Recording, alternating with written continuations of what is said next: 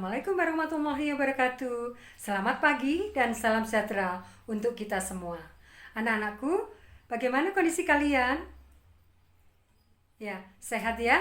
Ya, semoga kalian dalam keadaan sehat walafiat tanpa kekurangan suatu hal apapun.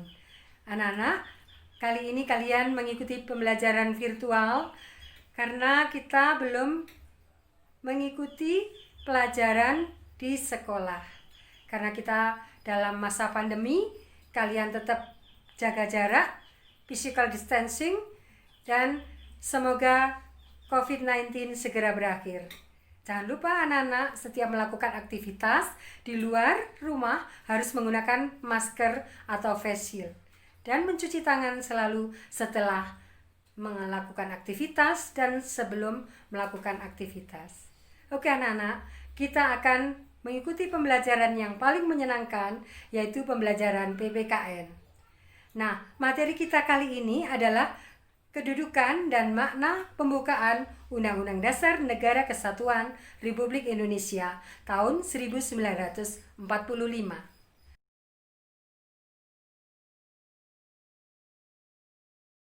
Baik, anak-anak, apakah artinya UUD? Mungkin ada yang tahu? Ya, bagus sekali. UUD adalah Undang-Undang Dasar yang dimiliki oleh suatu negara yang merupakan hukum tertulis. Apakah namanya peraturan yang tidak tertulis? Ya, bagus sekali. Peraturan yang tidak tertulis namanya konvensi. Oke anak-anak, kita flashback kembali dari pembuatan Undang-Undang Dasar Negara Kesatuan Republik Indonesia. Jadi anak-anakku, negara kita zaman dahulu dijajah oleh bangsa Spanyol, Portugis, Belanda, dan Jepang. Jepang berhasil masuk ke Indonesia setelah memenangkan Perang Dunia. Jepang masuk ke Indonesia pada tanggal 8 Maret 1942. Nah, bagaimana pada masa kedudukan Jepang? Pada masa pendudukan Jepang, Jepang propaganda dengan gerakan 3A, Jepang Cahaya Asia, Jepang Pemimpin Asia, dan Jepang Pelindung Asia. Jepang merekrut rakyat Indonesia untuk dilatih kemiliteran dalam pasukan Heiho. Jepang juga menjanjikan kemerdekaan kepada rakyat Indonesia dengan membentuk suatu badan, yaitu Badan Dokuritsu Junbi Tyosakai, atau Badan Usaha Penyelidik Persiapan Kemerdekaan Indonesia, yaitu BPUPKI. Nah, yang bekerja mulai tanggal 29 Maret sampai 16 Juni 1945. Nah, BPUPKI berhasil merancang perumusan Undang-Undang Dasar Negara Kesatuan Republik Indonesia yang saat itu diketuai oleh Insinyur Soekarno dan Wakil Ketua Dr. Andes Muhammad Hatta. Nah, anak-anakku, bagaimanakah sistematika pembukaan Undang-Undang Dasar 1945? Nah, sistematika pembukaan Undang-Undang Dasar 1945 terdiri dari 4 alinea. Di dalamnya terdapat alasan merdeka dan juga cita-cita luhur bangsa Indonesia serta dasar negara bangsa Indonesia yaitu Pancasila. Serta tujuan bangsa Indonesia yang sangat luhur yaitu menuju masyarakat adil dan makmur. Di dalam UUD 1945 di situ ditetapkan sebagai dasar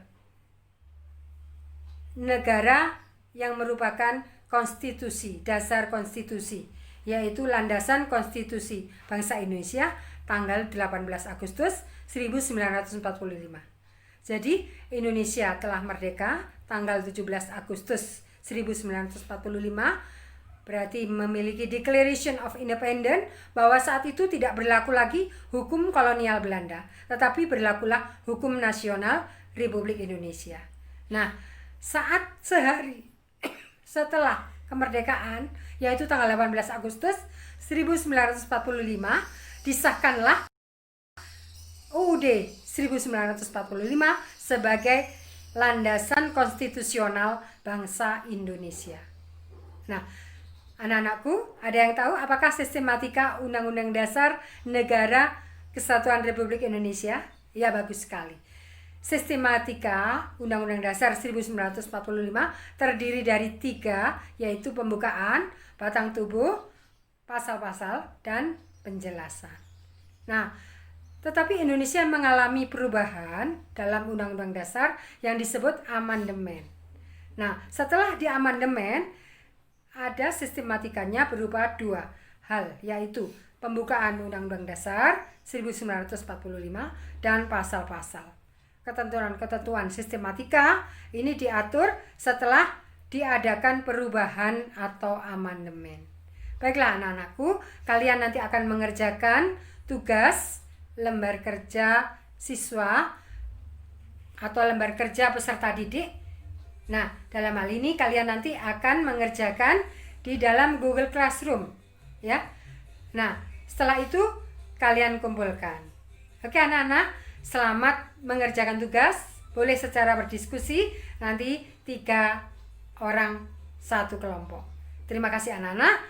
Nanti ada pertanyaan, boleh kita share ke WA atau Google Classroom. Semoga bermanfaat. Terima kasih. Wabillahi taufiq wal hidayah. Waridho wal inayah. Wassalamualaikum warahmatullahi wabarakatuh. Terima kasih.